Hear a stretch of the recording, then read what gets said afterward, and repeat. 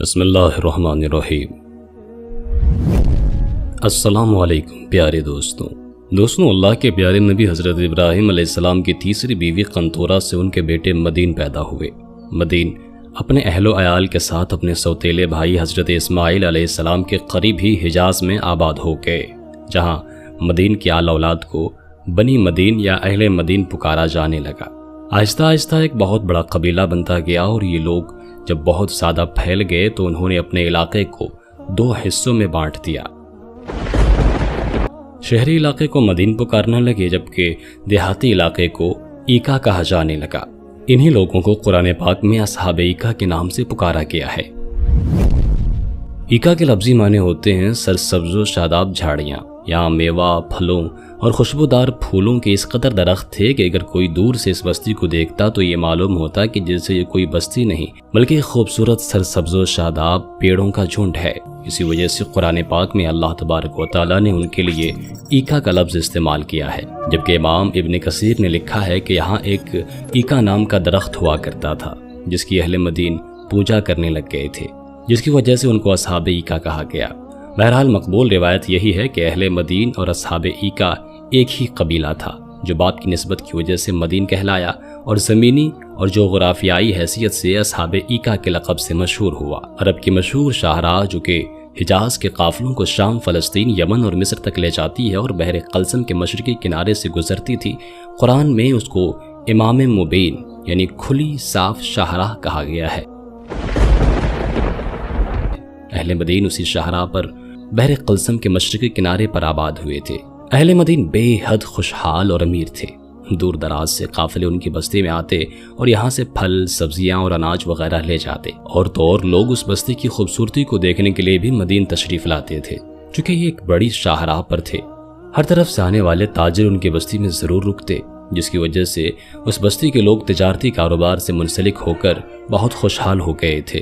اہل مدین یا اصحاب ایکا نے بھی قوم عاد، ثمود اور قوم لوط کی طرح بتوں کی پوجا شروع کر دی تھی، بلکہ یہ لوگ تو اس لیے بھی مشہور ہوئے کہ ان لوگوں نے سب سے پہلے درخت کی پوجا شروع کی تھی۔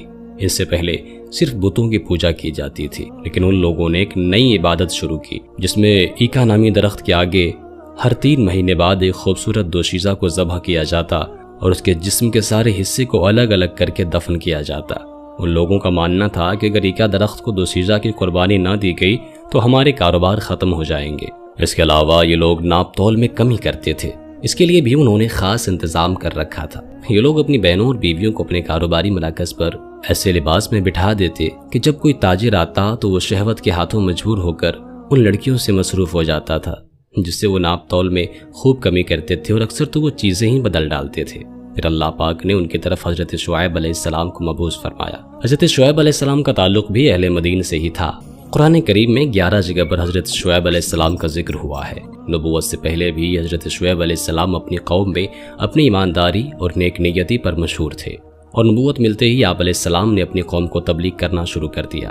حضرت شعیب علیہ السلام کو نبی پاک حضرت محمد مصطفیٰ صلی اللہ تعالیٰ علیہ وآلہ وسلم نے خطیب الانبیاء کا لقب دیا، جس کی وجہ یہ تھی کہ جب حضرت شعیب علیہ السلام تبلیغ کرتے تو لوگوں پر جیسے جادو ہو جاتا تھا۔ لوگ کام کاج چھوڑ کر ان کی باتیں سنتے، لیکن اس کے باوجود بھی سوائے چند غریبوں کے کوئی بھی آپ پر ایمان نہ لایا، بلکہ آپ کو جادوگر ہی کہا جانے لگا۔ قرآن پاک میں ارشاد باری تعالیٰ ہے، اور مدین کی طرف ان کے ہم قوم شعیب کو بھیجا۔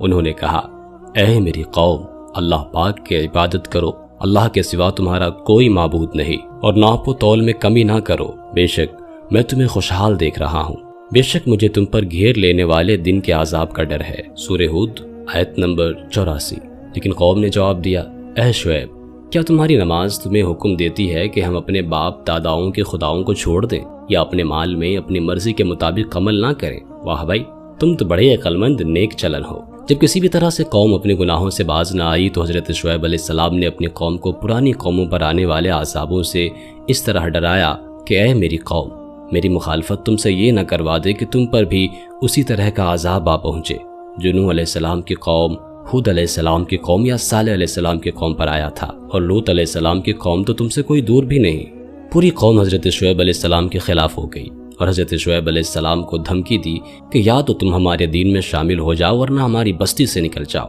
حضرت شعیب علیہ السلام سے کہنے لگے کہ اگر تیرا اتنا بڑا قبیلہ نہ ہوتا تو ہم دیکھتے کہ تو کس طرح ہمیں ہمارے دین سے ہٹاتا ہے، ہم تجھے سنگسار کرتے تھے۔ حضرت شعیب علیہ السلام نے دیکھا کہ اب ان سے کوئی امید نہیں اور ان لوگوں کو میں ہر طرح سے سمجھا چکا ہوں، تو آخری فیصلہ سنا دیا، اے میری قوم، تم اپنے طریقے پر عمل کرتے رہو اور میں اپنے طریقے پر عمل کر رہا ہوں۔ تھوڑے دنوں میں معلوم ہو جائے گا کہ کس پر رسوا کن عذاب آتا ہے، کون جھوٹا ہے کون سچا ہے۔ لیکن پھر بھی اس قوم نے اپنے گناہوں سے توبہ نہ کی، بلکہ حضرت شعیب علیہ السلام سے کہا کہ اگر تم سچے ہو تو ہم پر آسمان کا کوئی ٹکڑا گرا کر ہم کو ہلاک کر دو۔ اس کے بعد اس قوم پر خداوند قہار و جبار کا قاہرانہ عذاب آ گیا، اور وہ عذاب کیا تھا؟ اللہ اکبر۔ حدیث شریف میں آتا ہے کہ اللہ پاک نے ان لوگوں پر جہنم کا ایک دروازہ کھول دیا تھا، جس سے پوری آبادی میں شدید گرمی اور لو کی حرارت اور تپش پھیل گئی، اور بستی والوں کا دم گھٹنے لگا، تو لوگ اپنے گھروں میں گھسنے لگے اور اپنے اوپر پانی کا چھڑکاؤ کرنے لگے، مگر پانی اور سایہ سے انہیں کوئی چین اور سکون نہیں ملتا تھا، اور گرمی کی تپش سے ان کے بدن جھلسے جا رہے تھے۔ پھر اللہ پاک نے بادل کا ٹکڑا بھیجا جس نے اس بستی کی ایک حصے پر چھاؤں کر دی، اور اسی چھاؤں میں ٹھنڈی ہوا چلنے لگی۔ بس پھر سب بستی کے لوگ اپنے گھروں سے نکل کر اس بادل کے سائے میں آ گئے۔ جیسے ہی سب لوگ بادل کے نیچے آ گئے تو پہلے ایک زوردار چیخ آئی، پھر اللہ پاک نے آگ کے گولے برسائے اور ساتھ ہی زلزلہ بھی آ گیا۔ ایسے ایک ساتھ کئی عذاب اس سے پہلے کسی قوم پر نہیں آئے تھے۔ حضرت شعیب علیہ السلام اور ان کے ماننے والے اس عذاب سے محفوظ رہے۔ قوم کی ہلاکت کے بعد حضرت شعیب علیہ السلام شیون کے مغرب میں شبام نامی علاقے میں تشریف لے گئے۔ وہیں آپ کا انتقال ہوا اور آپ علیہ السلام کا مزار مبارک بھی شبام میں ہے۔